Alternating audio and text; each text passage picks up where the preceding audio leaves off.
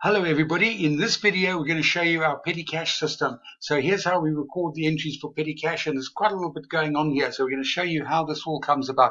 But again, I want you to focus on how simple and easy it is. It's just quick, and we've got the thing done, and this is how it should be for the recording of entries. So the first thing I'm going to show you is this voucher summary. So we have these things going in vouchers, so and we've got 6 vouchers here so far. Now what we've got here is we've got this is the actual advance, and advance was made, and then we get the expenditure coming back, and then we get a refund. That refund could be a positive number as well if the actual expenditure exceeded the advance. Okay, so we've got that, and then this has got to come to zero. The idea is that we bring the zero down.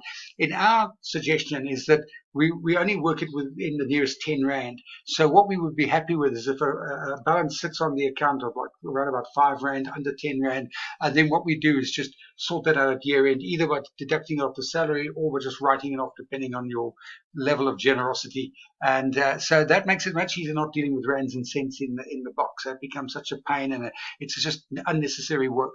So that's how we're looking at it. Now, if you see here, Robert Oppenheimer, he's had an advance, but he hasn't yet returned the expenditure vouchers, and he hasn't yet returned any refund that might be applicable. So we're going to go and do those now.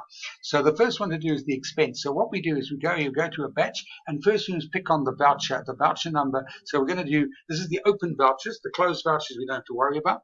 So we click on Robert Oppenheimer, go in there. Then we get a set of expenditure creditors. Okay, these are expense creditors. They're a subset of your main expenses. We would set this up for you. Obviously, as your bookkeepers, we can see exactly what you're using, and these are the ones that you use. That obviously petty cash creditors will tend to be much fewer than there would be for your normal things like rent don't apply. So we'll get a subset. Now this Logan Knives is perhaps some kind of restaurant or something. So he took some clients there.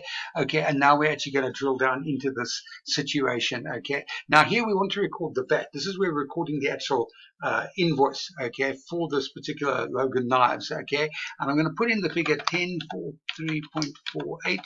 We've already worked that out. That comes out to 1200, which is just a neat figure. Okay, now I'm going to put in the date. I just put 20, and it comes up based on the per there. It knows that you're in the 20th of August, and now we've got that, so now we can save here.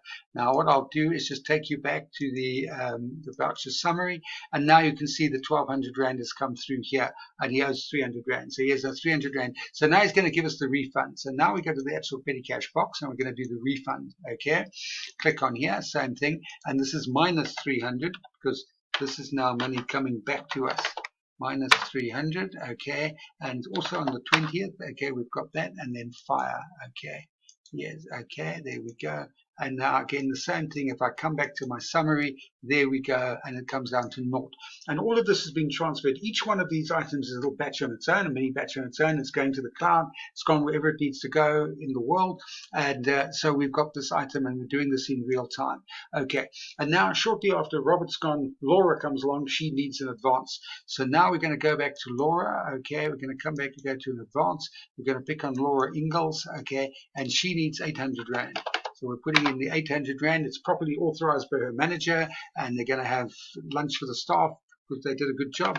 Okay, so we're saying 20th. Okay, and then fire that off for her. Okay, click here, and we come back to here, and go to our voucher summary, and now she's been added on. That's our new voucher, 107. 800 has come through, and now she will have to account in the next few days for that particular voucher that she spent. Now what we're going to do is the final thing that we have on here of these submissions is the recharge. Once you've paid out a lot of cash and the resources are coming low, you have to recharge. Now let's have a look. Go to our recharge, go to our history. We've only had 2 recharges so far this year.